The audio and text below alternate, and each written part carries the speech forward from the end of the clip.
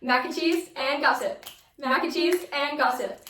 Hi guys, my name's Abby. And I'm Angelina. And welcome back to Mac and Cheese and Gossip. So today we are doing a music episode, which we're so excited for because we actually, we kind of met through music by doing choir in school. So, and I'm really involved in music, and so is Angelina. Yes, guys. So we are very excited for this episode. But first, announcements. And Angelina, do you want to say something? Okay, so my album release, it's called For the Record. Yes, on May 5th. Exactly, and it has 5 songs, so you guys should go ahead and stream it. Yes. If you haven't already, it's really good. Yeah, it's and so good, guys. Comment down below your guys' favorite songs. Yeah. Your favorite is? My favorite is Vicious. Yes. That's my absolute favorite song of all time. It's so good. And we just made a promo video for it, which stay tuned for that. It's on Angelina's TikTok or IG, yeah. At IG. So yeah, definitely check it out. Okay, but for our mac and cheese today, we're finally switching it up because I know we didn't know where to try next. Yeah. But if you guys have ideas, also comment that. Please. But we're doing today Noodles and Company. Yes. It's kind of a niche place because I don't think a lot of people talk about it, but I love going there. Their Caesar salads are really good. They just are a plate full of pastas and spaghettis and stuff, and they actually have mac and cheese, and it's so good. But I've never tried it before. Yeah, Angelina's never tried it before, so we're gonna try it. Okay. All right, cheers. Oh yeah. Cheers. Okay.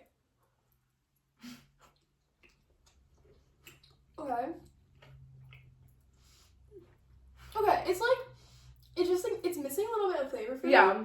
It's a little plain. I wish it was more cheese. Yeah, I agree. Yeah. I can really taste the noodles. Yeah, I feel like that's mostly all I taste. It tastes like noodles with cheese. Yeah. I don't know. Barely any cheese though. No. It needs more, but it definitely needs more a cream sauce. Yeah. I don't know how to describe it, but it kind of tastes like butter. Mhm. So yeah, I'm gonna not rate it too high. I'm sorry. Yeah. But I really like it, but I feel it just needs more yeah, it's just flavor. giving pasta. It's yeah, it really is. Really giving cheese sauce. Yeah. Yeah. I don't know. Maybe if I could add more cheese to it. Mhm. So yeah. Yeah. So, do you want to start us off with kind of what we're gonna be talking about today? Okay, so for this episode, you guys already know it's about music, but we wanted to go more in depth about music. I feel people know already the basics about it, but we wanted to talk about the logistics and the stuff that people don't really know about music and what goes behind it and how artists have to deal with it. Yeah. So if we're gonna so I'm gonna ask a question. When you press play on Spotify, where does your money actually go? The artist, the songwriter, the label, or someone you've never heard of? Today we're pulling back the curtain on the business behind music. Okay, so I actually did write a paper about this, and it's called The Musical Artist Objective, Signed to No One, Heard by Everyone. Okay, so this paper talks about how the music industry evolved from physical records to streaming platforms and also AI, and it also talks about copyright law, the ownership rights, labels, and digital platforms, and how they shape who actually gets paid, who actually does end up getting paid. And it talks about different artist strategies as well, and how musicians can keep their ownership rights while growing their audience on a digital era. Yeah. So music isn't just art. Yeah. It's also intellectual property, data, contracts, and business strategy, because it's more than just art. It does really a lot to business, and it has evolved from CDs and radios into streaming platforms like Spotify.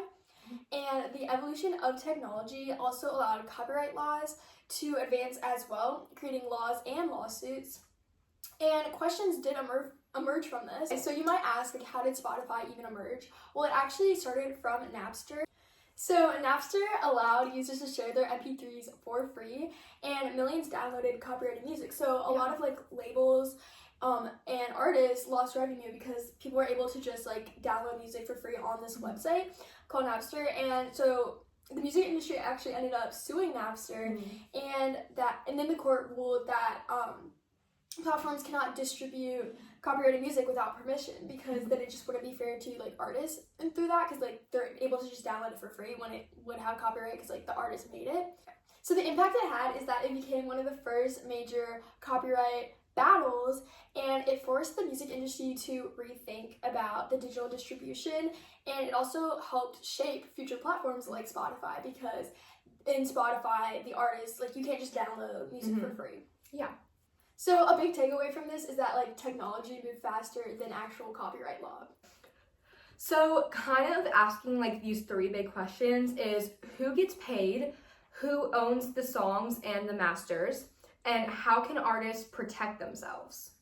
So yeah, those are very good questions, and I think that ways that artists can just like right off the bat protect themselves is like to maintain ownership of their songs and collect larger royalties from them and their shares. They can also control like the release schedule of their songs, and they can choose licensing opportunities as well as the organizations that they make their music collect the royalties from.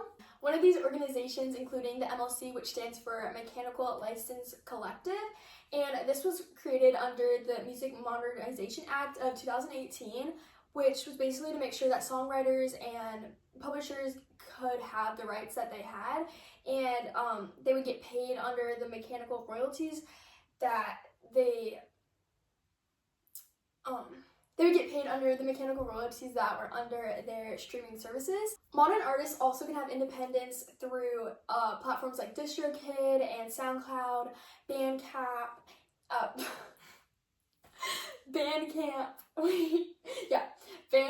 Patreon, and streaming analytics, because through these, artists have the ability to bypass the restrictions that they would have through labels, and they're able to entirely maintain their ownership by taking their own independent business responsibilities. And the paper also explains the difference between the separate legal assets between musical composition and sound recording, which is basically the master. So for the composition, that's going to be like the lyrics, the melody, the songwriting, but for the actual recording, that's going to be like the performance and like the master.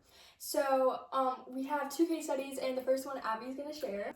So the first case study that Angelina did was Dolly Parton wrote I Will Always Love You. However, Whitney Houston was the one that made it famous. So Dolly Parton wrote it in 1982, and then it was re-recorded by Whitney Houston in 1992, so 10 years later. Whitney's version became a global hit. Dolly earned royalties as a songwriter / publisher. Whitney initially did not receive public performance royalties. This happened because of the US law lacked performance rights for the sound recording at the time. So kind of the big takeaway is owning the song and owning the recording are two separate things. And just because you sang the hit doesn't mean you own the money behind it. Yeah. So yeah. And then Angelina's gonna do the second case study. Yeah. So the second case study we have is in 2006. Taylor Swift was trying to become a big pop star with like her country music and her pop music. So she actually ended up signing with Big Machine Records, which was a label deal. And this was like typically normal in that time period, because labels typically offered like money, they offered marketing, promotion, industry connection, as well as recording support. So it was really good to sign with labels for this reason. But in exchange, artists often had to give up their ownership rights to their songs. And basically, Taylor Swift kept the rights to her songwriting and her compositions, but because she wrote it, but Big Machine Records actually owned the master recordings of her songs. So think of it this way, the composition is like the recipe and the master recording is the cake. So Taylor owned the recipe and the record deal actually owned the finished cake of what it was. So the master recordings are basically the fully composed original like recordings of the song, and whoever owns the masters can often license the songs for movies, approve commercials, they can collect significant revenue, negotiate streaming use, and profit from future deals. So they have a lot of like ways that they can like distribute it when you own the master. So even though Taylor Swift wrote like a love story and You Belong to Me, she couldn't actually like, the original recordings belonged to the record label, so she couldn't actually control how the recordings were being used and like distributed. So this restricted her ability to like re-record the songs, and she actually had to wait several years until she was like eligible to re-record the songs. So she was kind of like not able to create new versions of the song because of the deal. Alright, so next we're going to be talking about the Suno and Udio AI lawsuits. This happened in 2024, and the labels that were involved were Sony, Universal, and Warner.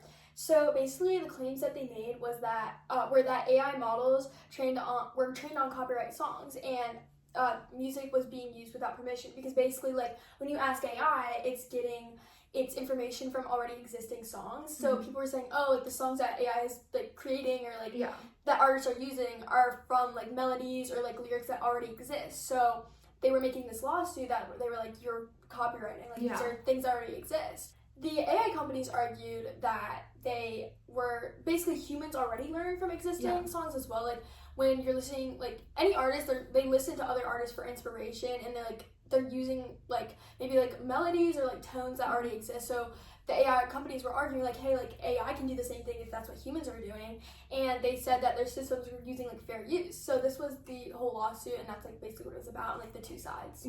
So kind of like another like big question is, can AI learn from music without stealing it? Well, I feel like it would depend on like how AI is being trained, because it's so like futuristic, and I don't even know like how AI is gonna like work, but I think that if it's trained in a way that like it genuinely isn't like copying, it's just being like inspired from it, then I think that there like could be a way for it to not actually steal it. But I feel like there is that borderline, like I don't know, like are you actually like what is the drawing point that like it's not considered stealing it? Because I don't really know, like how would that work? What would you think? Well, I feel like so I feel like I kind of agree with you. Like I feel like I don't really know. I feel like there is kind of like a borderline kind of thing, but I would say like possibly yes, but like also like kind of what you're talking about, how it's like trained, like it kind of like depends on like who's like training the AI, and like, oh, like can it like go as far as like kind of stealing the music, or it's like, oh, like the music kind of like belongs to them. Yeah, I definitely agree with that.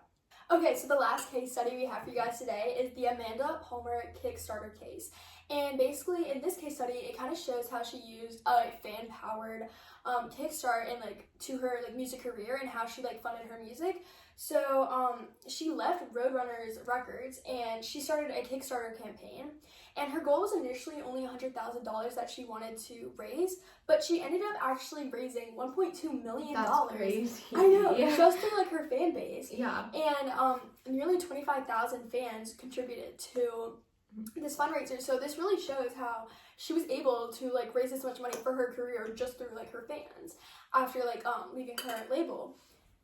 So overall, like the whole paper and like everything that we've already discussed and all the different case studies, the overall themes about this like is basically how ownership matters more than fame, and how technology repeatedly changes over time, and like it also changes like the rules of music.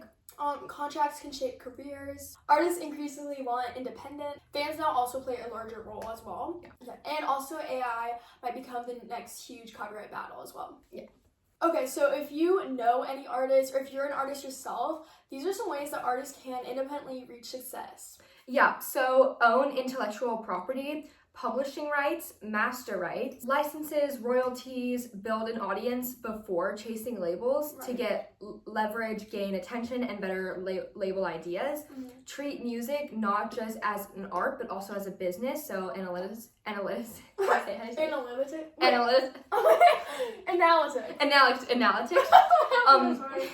Okay. Audience behavior, fan engagement, release strategy, build a community, not just listening or listeners. Fans today want access and connection, and also another like huge one is social media. Definitely, because I feel like that can help with the connection as well. Yeah, definitely. Okay, so you guys may have seen our last episode, which was the environment episode, and we kind of wanted to collaborate a little some of that into music. So Angelina's going to kind of talk about how like the music like also impacts the environment as well. So yeah, concerts and tours can create a huge carbon footprint, and this is because a lot of tours involve like airplanes, tour buses, trucks moving stage equipment.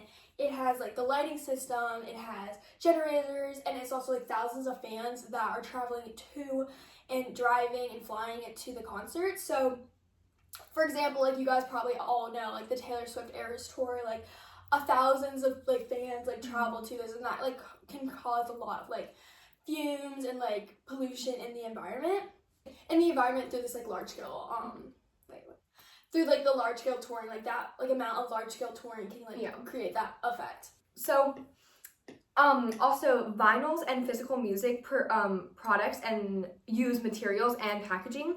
So music used to rely heavily on CDs, vinyl records, plastic cases, shrink wrap, shipping materials.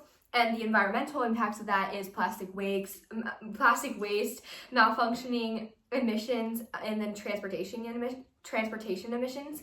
So relating to like the different types of music products, we also have like merchandise, which is definitely like a huge thing. Like a lot of fans will get merchandise or like from the artists that they like. So this actually can create a lot of waste as well. So for example, like t-shirts, hoodies, posters, and plastic packaging, this can all like have an effect from like the fumes and like the production of it, as well as like actually being plastic. Like fast fashion styles as well can contribute to it, like textile waste, emissions, and overproduction. And because of this, some artists now use like recyclable fabrics and also sustainable materials like through their merch as well. Yeah. So I just said like 2 examples of how artists have now been trying to like combat that, but there's also a concert that is called the Live Earth Concert. Okay. And this concert is a massive concert held around the world that actually features artists like Madonna, Black Eyed Peas, and John Mayer, and their goal is actually to spread awareness about the climate change and about like pollution. So this concert already has reached millions globally, and it's really been helpful for like spreading awareness, and it kind of just shows like how these influencers are taking like their platform and actually using it to spread awareness, which is like a very good step. So some artists try to reduce impact by carbon offsets, reusable cups, sustainable merch, eco-friendly tour planning, and environmental responsibility. So like environmental responsibility is becoming a part of branding too. So what could artists do more to help? See, that's a good question. I think that artists should like use their voice more about like bringing that awareness, because they have like so many people that like follow them and like influence over people, and they have platforms. I think that they should use those platforms more to like spread awareness about it, and like maybe like make campaigns, maybe like take some of their earnings and like donate those, maybe volunteer and like encourage their fans in a way, like maybe be like, oh, you'll get free tickets if you like recycle this many materials, or like encourage it more. I think it should be like spoken more about, because I feel like they're not taking as much advantage as they could in their like on social media as well. Yeah.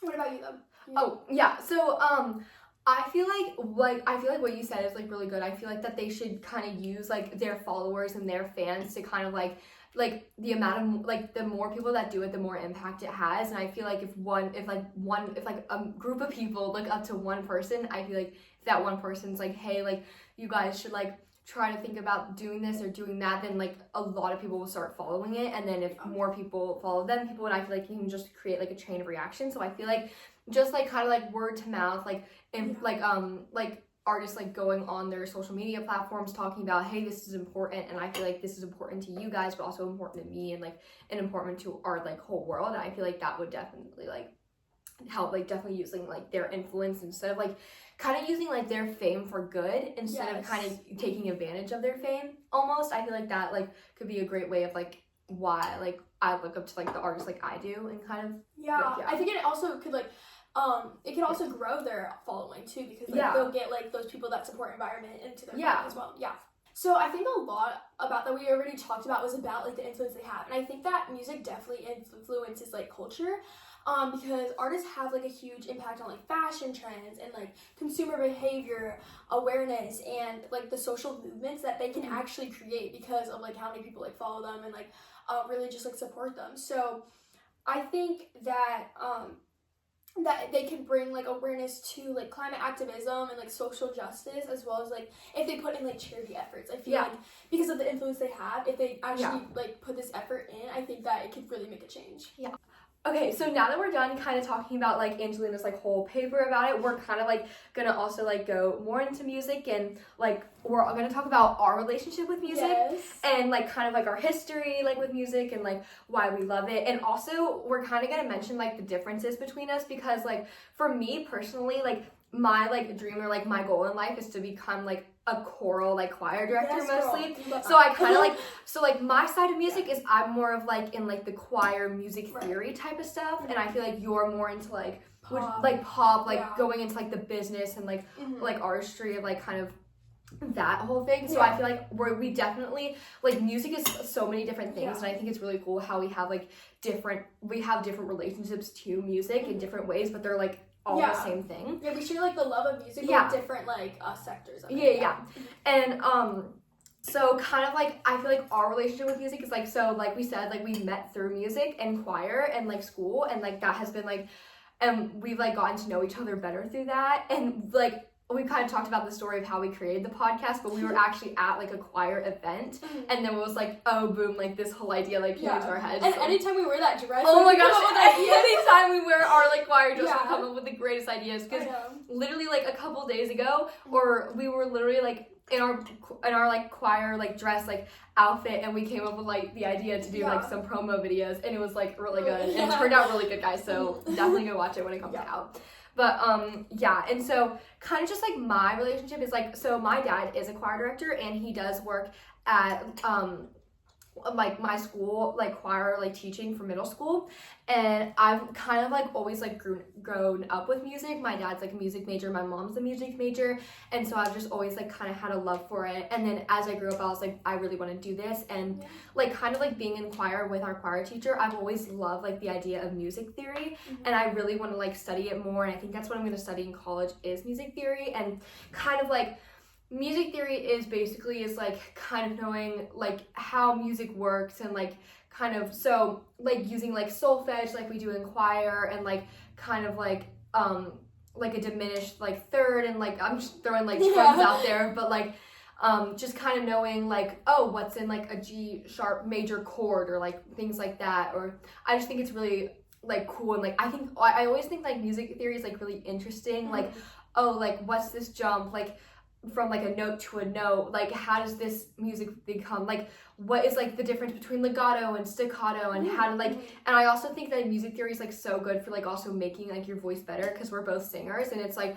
oh, if you want to like crescendo, like get louder, like suddenly get louder, or like suddenly get quieter, and kind of like I've always like loved that aspect of music. But I know that, so I'll let you like kind of talk about your relationship with music, but like that's kind of like we're both like different sides, but we're like kind of like also the same with music. But definitely that's kind of like my relationship. Like I kind of like the choral, like kind of like music theory of it, but I know that you have like more business side and like thought to it. So, Oh my god, I love that. I think it's like really interesting, because I feel like she's like always been surrounded with music. And I think it's like, as a kid, I've always liked music. I've always liked singing. Like there's baby videos of me singing. Like, but the thing is, like, my dad nor my mom are like singers. Like they can't really sing. I'm kind of confused like where it came from. Like where did it come from? I'm adopted. like a distant relative who's related to Taylor Swift. Something like that. Maybe it's in the bloodline. So deep down. But I don't really know where it came from. I think on my mom's side she's like somewhere in her relatives that's an actor, but like he's not a singer, so I don't know. But like ever since I was little, I was put into like piano classes and like sorry guys. So since I was little, I've been like put into like piano lessons, and I used to actually take classical voice lessons, but I never really liked it. Like I was like, Mom, like why am I an opera singer? Opera singer, like I did not really like it. I was like always liking more of the pop side, which I think is really interesting, because you like more of like the chorus, and I definitely think there are different styles. Like pop is definitely like more like tighter syllables. Yeah, because like in choir, like I remember Sophie yesterday, she came up to Angelina, she's like, you gotta work on your vowels, because like here's the thing though, but like no, like she's such an amazing great singer, but it's like I would say the hardest part about singing is like switching from like class like choral to pop to like, and then for me, like I do a lot of musical theater singing, so it's like it could be hard like switching from like choral like and then like musical theater like belty, and then different.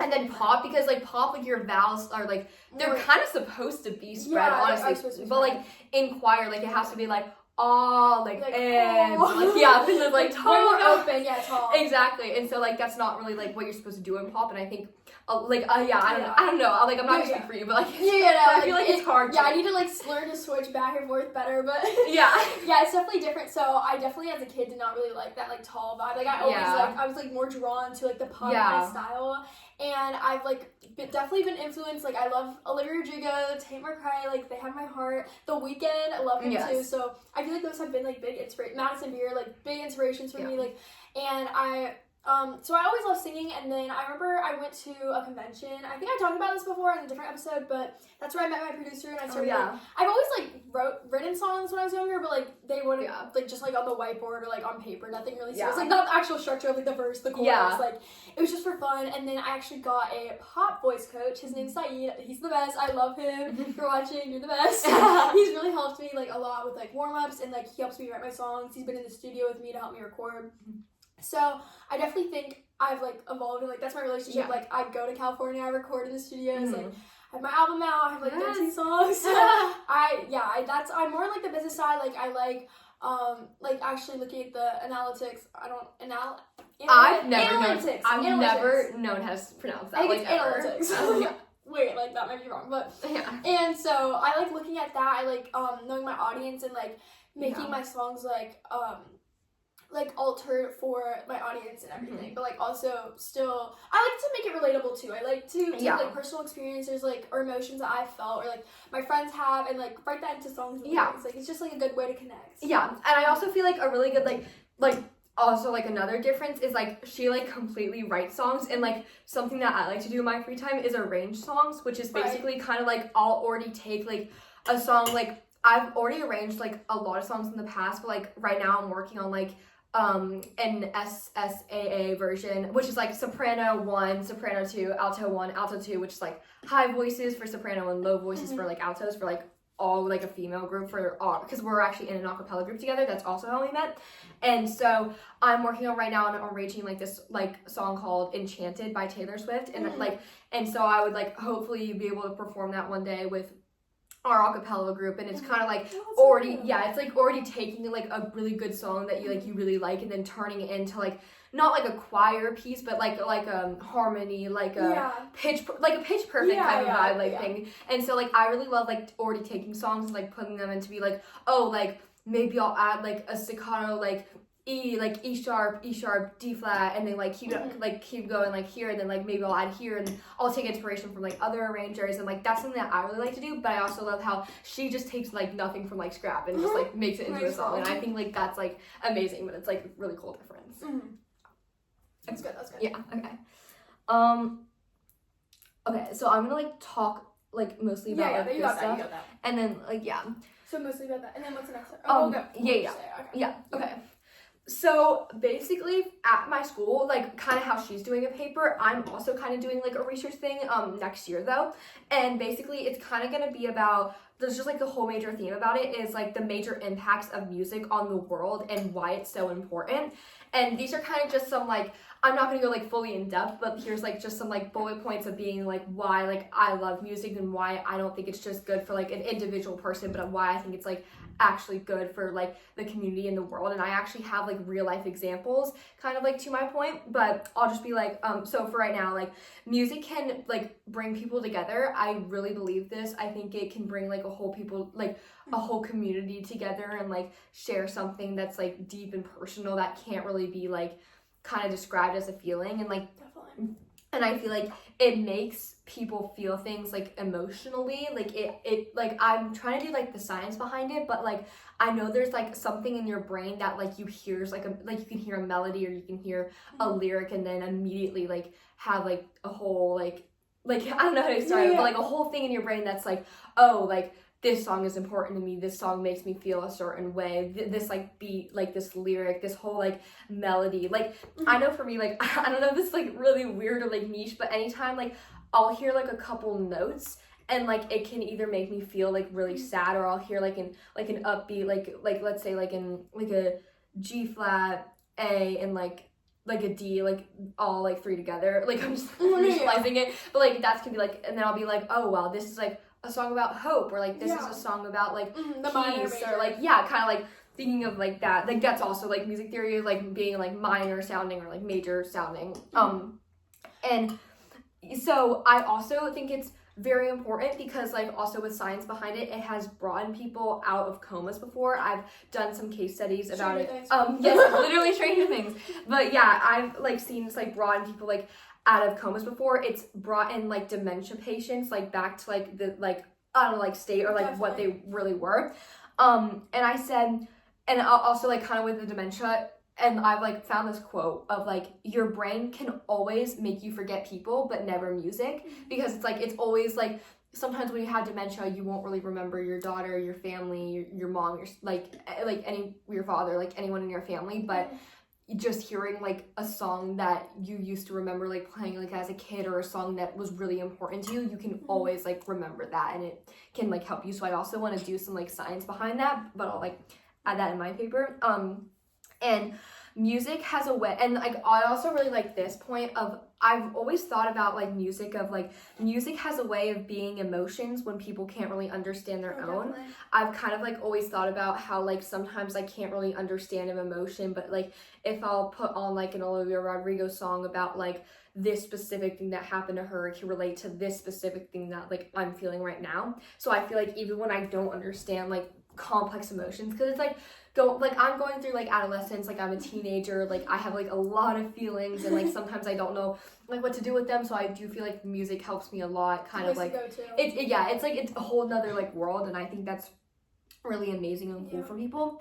And it can like have a way of being a sign of hope to the world when times kind of get tough. I feel like I've like seen some like people like go to music when like it's really like when they've really needed it. And I feel like if someone's going through like mental health issues, if someone's going through like a rough patch in their life, I like firmly believe that like music can like really like help them like get out of that rough patch. And I really think like that's why it's like so important to the world, because it can bring like people together. It can like help people emotionally, like help people during a tough time. And I really think that just because like a couple notes on a piano can do that, or like a couple like notes in your head, like the sound, like I just think it's like amazing. Yeah.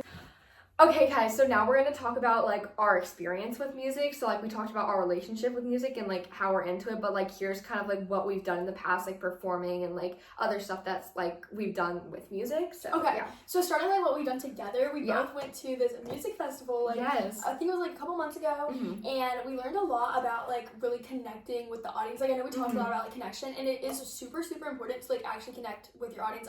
There makes such a big difference versus like a singer that is just like singing the melody and like sounds good, to a singer that is really putting emotion like on their facial expressions and the way that they like are singing the song, like the voice cracks, like everything that like really makes a difference for just like sounding good versus like showing the emotion and like the way that you can connect with people as well. Like I know if you make someone cry like while you're singing, oh my gosh, like those are the things that you want to bring out when you're performing. Yeah, and I feel like onto that point, another like good thing that we learned is like kind of like if you want to be like a performer growing up, or if you want to like start singing, just like I think that this is so important that like I carry this, like just know like it is about the audience, but it's also not about the audience. If this is something that you love to do with your life, like you just like, and you love performing, then like you love performing. If you look out in the audience and there's like people like nodding their head or like looking bored, like you can actually like change. They're thinking in their mind like they actually love it. Like they might not show it on their face,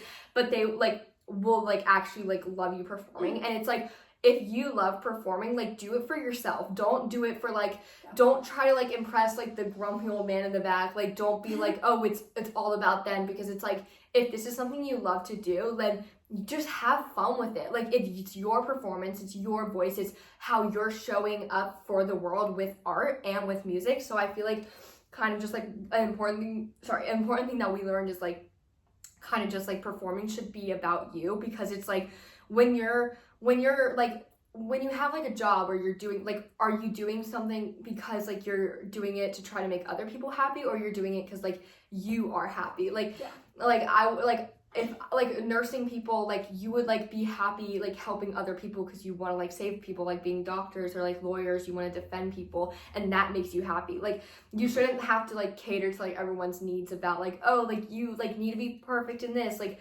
girl, if you have a voice crack, no one in the audience is gonna care. Like Yeah, but like just I think that's like a really important thing that we learned. I think to add on to that, what the guy, like, it was the guy from Pitch Perfect, actually. Yes, it was the director of Pitch Perfect. It was insane. Who, like, yeah, and you know, like, the first song, or, like, where it's, like, Since You've Been Gone, like, he arranged that whole thing. And we sang it, and she had a solo. Yes, oh my gosh, that was, like, my favorite, like, moment. Yeah, that was, like, really fun. It was super cool. Like, everyone was singing on it was, like, super fun. But I think another thing that he mentioned, like, to add on what you said, is about, like, you're going there to give the audience a gift, and it doesn't matter, it doesn't have to be, like, reciprocal. Like she said, like, if the audience is, like, not really hype, and, like, obviously it's better when the audience is, like, hype and, like, clapping along really into it, as, like, you are singing, but, like, even if they're not into it, you need to, like, go there to give. Like, you're there to give them a gift, and, like... Don't match their energy. Exactly. Like, you are supposed to just be, like, 100% no matter, like, even if they're at, like, 2%.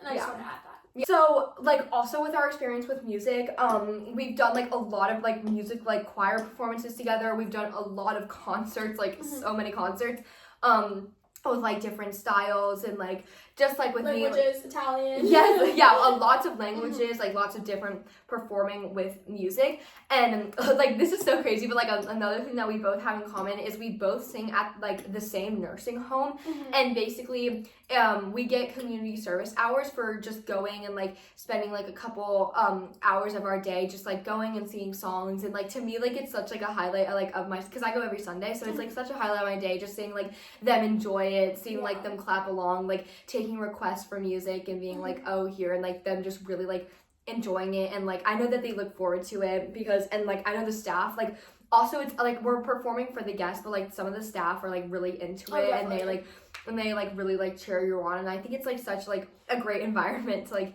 be in, and kind of, like, it's really good, like, performing, like, experiences for, like, in the future, like, just performing in front of people, like, it's so chill and, like, so easy, and, like, I really just, like, and that's kind of, like, why I got into music, because, like, I kind of, like, I know this is cringe, but, like, changing someone's life, or, like, making an impact on someone's life that, like, actually, like, matters, like, I think that's why, just from doing it from music, like, I think that's kind of, like, my main goal in life, is to, like, kind of, like, have that impact on a person, like, in the audience watching me perform, or, like, something like that, so I definitely think, like, the nursing home, like, has a special place in my heart, like, performing there. I, like, really love it. I totally agree. Like, I've really enjoyed going. I get to, like, perform songs, and it's also fun because I get to perform songs from their generation, too. Yeah. And I just, every single time I sing, You Are My Sunshine, they all start singing along, and I feel like it, like, brings them back. I feel like it's a really song that they can remember, and it's just, like, really joyful seeing them really enjoy it and, like, be happy, because they told me that, like, their days are just, like, all the same, like, it's really good to, like, bring different, like, bring a light to their day. It's something they can look forward to. Like, I have some people that, like, always show up every week, and they're like, we're so glad you're back, like, they're, like, my friends, and it's really nice.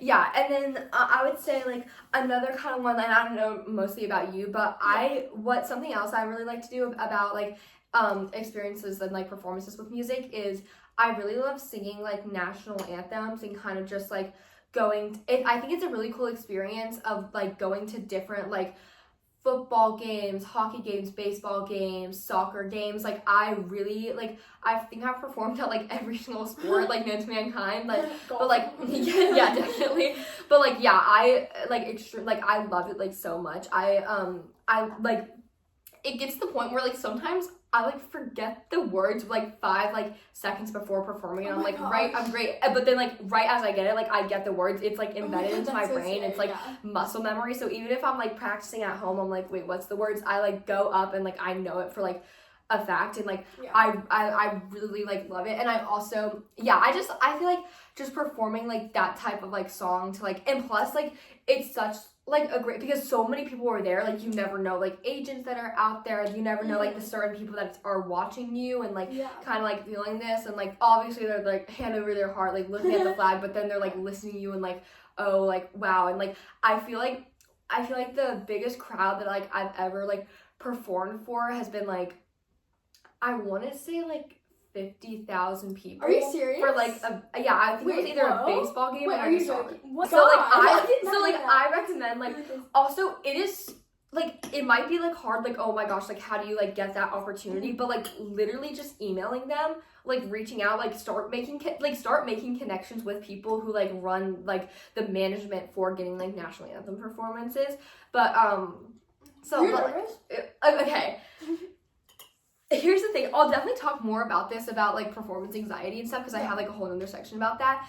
But, like, I kind of just, like, I was, but I also, like, wasn't. I feel like it's more nerve-wracking performing in front of 1 or 2 people than it is for, like, that. Really? Like, wait, this is so weird. Okay, I'm one of those people where, like, if my dad or, like, someone, if right now, like, if you ask me, oh, sing, like, a something, I would absolutely say no. I would be, like, too scared. But if I'm, like, because I'm just, like, a performer, because this is kind of, like, embedded into my brain. I'd rather perform in front of, like, 1.5 million people than perform in front of one person. I need like, to get that. Yeah, wait, because I would, like, I don't know, because also, like, it's so many people that, like, at this point, like, I kind of just, like, find, like, one spot on the wall, and, like, I just sing to that. Like, whenever I'm performing, like, somewhere, like, in our space, like, at our school, like, at our auditorium, I just kind of, like, I find one space at the wall, and I stare at it, and, like, I just pretend, like, I'm, like, singing, like, so aggressively, like, to it, but, like, and then it just, like, helps. Oh, like, and, like, hey, this is kind of, like, a secret that, like, only, like, I can do unless you're, like, utterly blind. Sometimes I don't perform with my glasses, so then I can't see the audience. Oh my god. So then I can, like, not focus on That's them. actually and just, smart. Like, it kind of is, because, like, I'm so blind, guys. Like, you guys don't understand. Like, I think I'm, like, a -4 prescription or whatever. But, so what I do is, like, I like to take off my glasses when I'm performing. Oh my god. And then I just, like, stare at the wall, and, like, I'm just, like, focused on the lyrics. I'm like, like, but, like, yeah. You can see anything, like, oh. Yeah, but. That's actually smart. I love that. Yeah. Yeah, and so just, like, adding on to, like, our next section was gonna be, like, performing, like, inspiration, like, kind of adding on, like, basically, like, that's kind of what I do. But if you are performing, and you're scared to, like, do that in front of, like, many people, kind of just, like, don't think about it at all, and just kind of, like, close your eyes, like, breathe, and kind of just, like, go out and, like, just, like, have fun doing it. Like, sometimes, like, when I'm singing the national anthem, like, it can be, like, very, like, scary. Like, you have to be stagnant and be like, oh, say, okay. But, like, sometimes, like, you know, I'll be like, like, I don't have to be like this, but, you know, like, oh, say, but I'm like, at least, like, oh, say, can you say, like, at least, like, get into it, like, kind of, like, bob your head with, like, the music, so it's, like, definitely less nerve-wracking. And also, guys, like, if you do love performing, it is so fun being on stage. Like, I know this is, like, a weird way of putting it. Yeah, I know. I just think it's, like, there's just something, like, about being, like, in front of people that's just so fun, where you get to, like, for our acapella group, like, I just, like, I was in the moment. Like, I really love just, like, bobbing my head, like, dancing around. Like, I really, like, I think it's so fun. And, like, sometimes, like, a lot of the time, I mean, technically we're not supposed to do this, but, like, sometimes in choir, when me or Angelina, like, mess up or take a breath at the same time, we'll, like, look at each other, and, like, we're not, I mean, when we mess up, we're not supposed to do it, but it's just so funny to, like, break character and kind of be, like, we're having fun. Like, anytime, like, I look at you, like, all, like, the circle, like, or, like, whatever, like, song we're singing, like, whatever song we're singing, but, like, I just think it's, like, so funny to, like, actually have connections, like, even though you're not, like, supposed to, like, look at someone when they mess up, but it's, like, funny, because it's, like, all, like, it's, like, a sweet moment. Yeah, and I feel like anytime you're dealing with, like, stage fright or something, just kind of, like, my biggest advice is just focus on one point of the wall and stare at it for, like, the whole time. Or if you see someone in the audience that's, like, your friend that you know you won't laugh at, but it's, like, it's, like, sweet to see this, or, like, have something, like, in your mind of, like, you're thinking about the lyrics or something. Yeah. I was gonna add, yeah, I definitely think that it's kind of, like, I feel like every artist, even if they seem like they don't, like, I feel like every artist, like, has struggled with it. I mean, I don't want to speak for every artist, but, like, I know I have in, like, my past, like, been really scared. I think there was one time I, like, ran off the stage. That was far back, though, guys. Wait. Like, Okay, spill. I want to hear no, that. it was at, like, a resort. It was, like, I was young, I swear. Like, 9. And, like, I was, like, my mom was, like, just do the talent show. And I was, like, okay, like, and then I just, like, I think I just got really scared. I, like, looked around everyone, and I, like, ran off the stage crying. So, like, it's okay. Guys, don't do that. Like, don't do that, though, but, like, you know, like, people have done it before. Like, we're all human, and I think that if you change your mindset into the aspect, like, oh my god, like, I want to perform, like, this is my spotlight, this is my time to shine, like, I can show people that I can sing and I can do this, and, like, take it in a fun way, like, this is for yourself as well, like, you're doing this for yourself, and you just, like, need to embrace it and be, like, happy with it, and, like, I don't know, I feel like whenever I'm scared, like, right after I'm done, I'm like, that was, like, easy, I'm not scared. Yeah, it's, like, light work, like, I think it's just, like, your brain, like, it goes into flight or fright, and or fight or flight mode, and Yeah. then you get like that heartbeat and like Yeah. But like that's like the best part about performing, like the adrenaline. heartbeat. No, it's like the adrenaline. Like, No, it's have you too seen much. the videos where it's like adrenaline, like or whatever? Yeah. It's like adrenaline. Oh yeah, no, that's too much. I don't like that. Yeah. I'd rather not have that. I want to get to the point where I like, it's literally Yeah. like nothing. Like I don't feel anything. Yeah. Okay, this is like super niche. My favorite part about performing is like when someone goes up and sings like the most difficult, hardest, Mhm. belting, like crazy, like kind of like your solo in Disturbia, like something like that. Like that's like if someone like if a 4-year-old went up, sang like That's Defying Gravity, belted it, Yeah. like they would like go like this is like me at a recital. Like I remember like I would go up, take my vow, sing my song, like sing something like Defying Gravity, Yeah. really belt it out, and then I would smile when I'm done, It's take an a vow, aura. and it's actually like the craziest like thing You're ever. like, oh my gosh, like, you hit that note. yeah, and it's like, oh my gosh, she hit that note, but it's like you nonchalantly walk off Yeah, stage and like exactly. sit back down. Like That's like aura. it's like oh like hi, like my name's Abby, like I'm gonna be singing like this song and like hey guys and then it's like Oh. and then it's like thank you, and then you like leave, and it's Yeah. like boom, like she just did like this crazy thing like at her age, like yeah, I think it's like that's like my favorite part because it's like oh you're so Stop it, guys, nonchalant. Stop it. Yeah.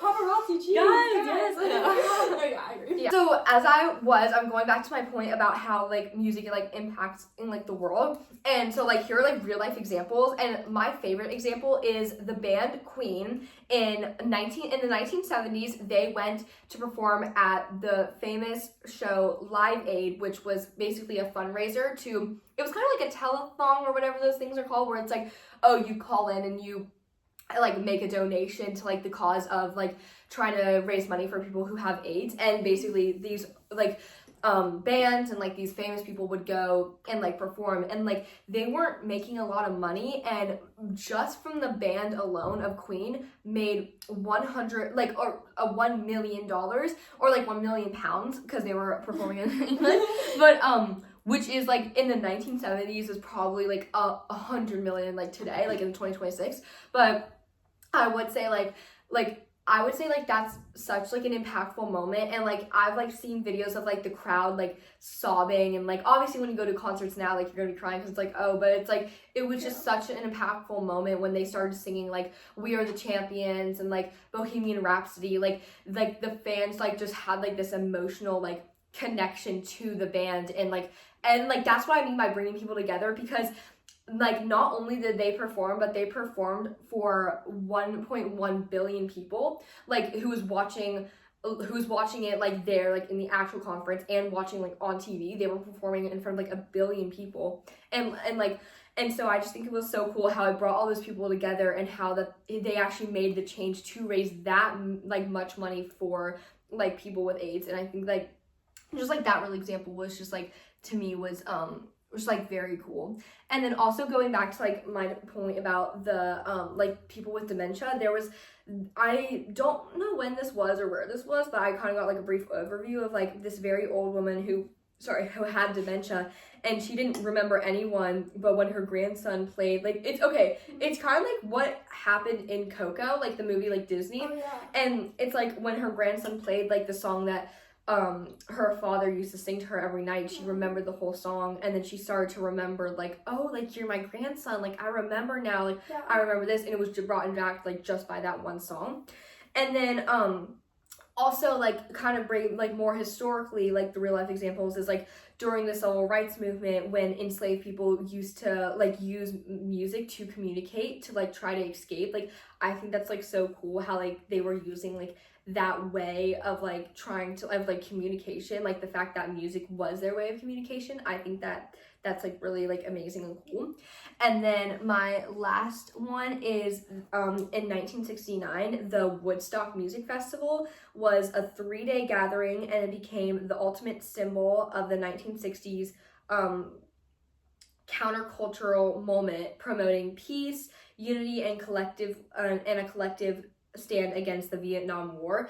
And like as I was saying, like with like unity and like community, how I just think it's amazing how like music can like help a cause of like promoting peace, and like kind of like showing like being like hopeful, and like as I said, like those like 3 notes like to like on the piano like show hopefulness. Like I just think that's so amazing how like this like, and like basically my whole takeaway is like, I think that the most like important thing about music is like community and like what it can do to people and like the causes that it can help and the global impact that it can make. And those are just some like real life examples. Definitely. Yeah. Okay, so thanks you guys so much for watching our whole music episode. And before we leave, we're gonna be trying these new Starbucks cake. The unicorn cake pops. Yeah. Yeah, these are little taste tests for fun. Yeah. Because it's like we're on summer basically. Yeah, we basically are. We have like 1 week of school left, and Yeah. but it's like we're doing nothing. So Yeah. okay. Okay, wait. Cheers. Cheers. Wait, I actually love that. I only got the chocolate. Okay. I love that. Do you like it? Yeah. It's like vanilla birthday cake, right? Yeah. Normally I don't like vanilla, but this is actually really good. Really? Okay, good. Yeah. Yes. Okay. Bye, guys. Bye.